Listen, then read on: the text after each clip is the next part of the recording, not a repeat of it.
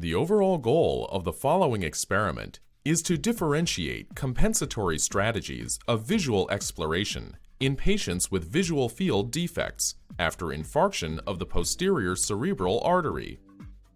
This is achieved by positioning and instructing patients in a driving simulator in order to examine behaviors in a realistic test situation.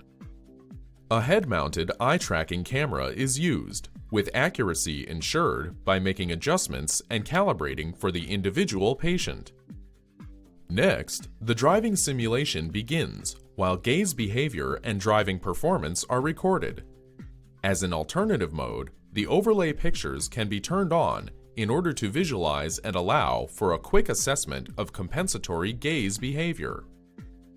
Different strategies are revealed by the evaluation of saccade and head movement parameters, such as the number of saccades, saccade amplitudes, fixation distribution and duration, as well as reaction times to peripheral objects.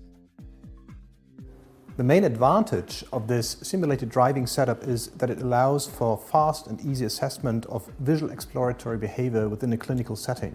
Now we can record well-defined parameters such as eye and head movements and reaction times.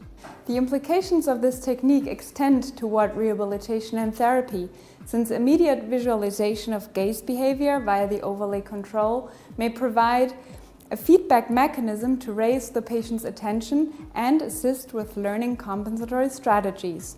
It may also improve efficiency of rehabilitation by offering more individualistic rehabilitation plans adjusted to the patient's current level of compensatory behavior. My colleague Sophie de Beukelaer